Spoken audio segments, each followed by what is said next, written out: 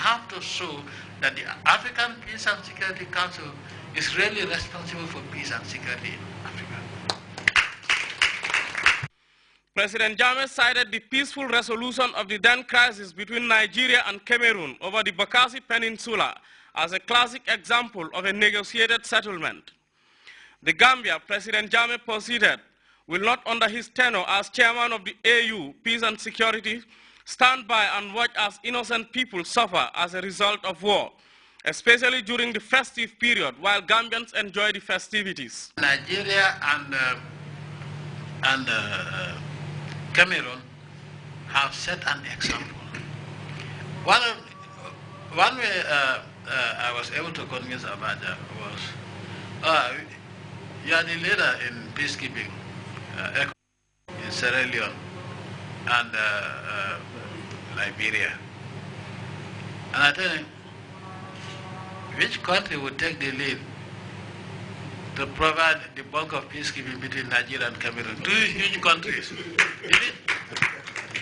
Did they think of that? And who's going to finance it? Because you cannot fund the peacekeeping operation because Cameroon will say, oh, then the, whatever force we put up is on your side.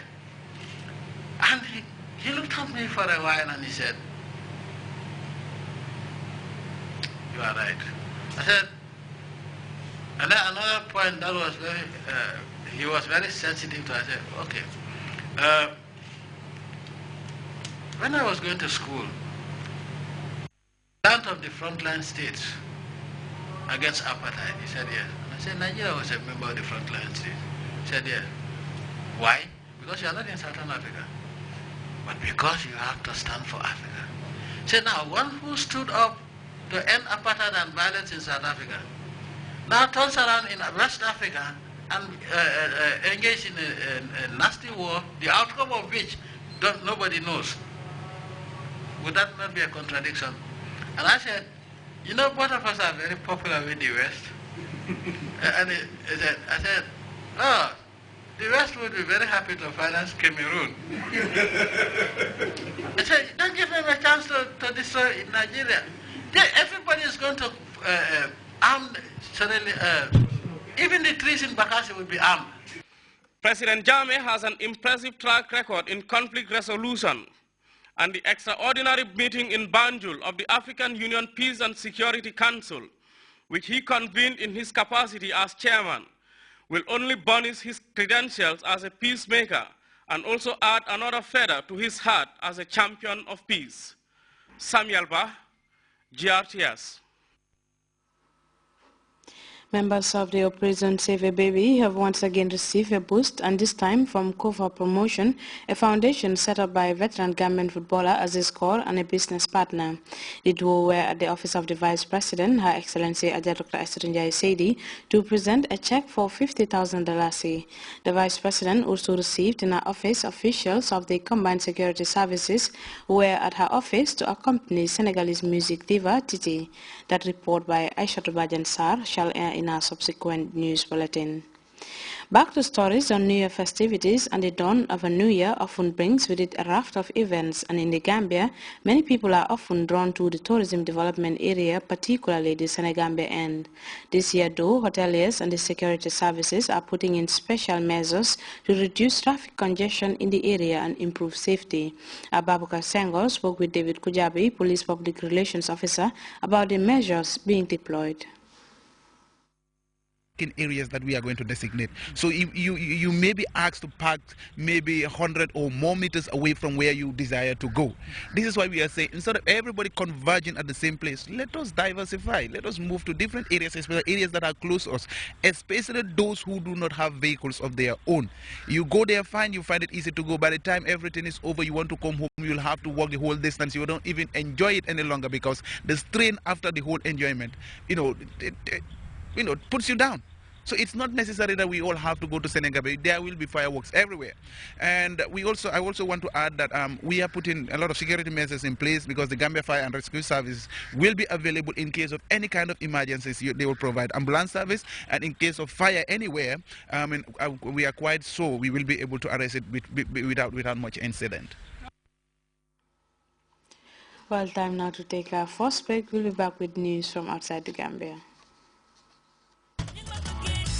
New Year's Eve special, Kulip Delon Jukal, Titi, Lebond, Album Bubes. The only place to say thank you to our hard-working staffs, thank you to our darlings, thank you to our good friends, thank you to our good families. New Year's Eve Gala Dinner, live at Benjamin Hall, featuring Titi, Police Band, Army Band, Jalex Akuntu, Nuva, Gudit Nanani Chibir Benjamin. Ha! Titi, Dinamane, Gudi Dinamane Hangini, 1st of January, New Year's Day, live to Benjamin. Yaksil Titi. Assalamu alaikum. 31 décembre, le 1er janvier, fan lay doon ñu ne penc mi Paradise. Galadino, Platinum, $40,000. Gold Table, $30,000. Individual tickets, $1,500. 1st of January, dance, tickets, $400. VIP, $600. Lee, Nehna Bepare, special guest, out of Europe, Gambia's modeling queen, Regina Mane in the building. We see all a happy new year in advance. Welcome back. Fighting continues on the ground in South Sudan, but today there is hope there could soon be peace talks to end some 2 weeks of deadly clashes in the troubled nation. East African countries had set a ceasefire deadline for today, asking President Salva Kiir and rival Riek Machar to negotiate, where services are reporting now that both sides have agreed to attend talks in Ethiopia's capital. Despite that, the Sudan's People Liberation Army says there has been heavy fighting in Bo today. The town in the center of the country has been a flashpoint for violence this month. Meantime, President Salva Kiir has told CNN's Our Demon that he is willing to talk to the rebels. Hauntingly abandoned and utterly desolate, there's hardly a soul in sight. This old woman says she was too weak to run, can barely stand, and doesn't have much energy to talk. Others decided to risk staying as violence first erupted mid-month. The bulk of the fighting in this particular neighborhood took place further down the road, but it sent this entire community, the vast majority of it, fleeing. Most of those who fled are now here at a UN compound turned refugee town, just a short distance from their homes. One of the results of a power struggle between current President Salva Kiir and the man he's accused of attempting a coup, his longtime rival and former Vice President Riek Machar. East African mediators have given both sides until Tuesday to stop fighting and start talking, or face consequences. The president, though, says he's willing to negotiate. We are going to talk, and then if they don't accept talking, we will fight. When we brought solution with the Sudan government, when we were rebels, we were fighting. It took us a very long time. At the end, we accepted to negotiate. No one here wants to see a battle that's that protracted or bloody. But South Sudan has a history of politics taking on an ethnic dimension. And tensions between Kiir's Dinka ethnic group and Machar's Nuer are easily exploited. We are trying to fix this. Government minister and other influential Nuers spent all morning calling leaders of the so-called White Army, ethnic Nuers loyal to Machar, trying to convince them not to be drawn into the conflict. And we explained it to them that the issue was a political issue.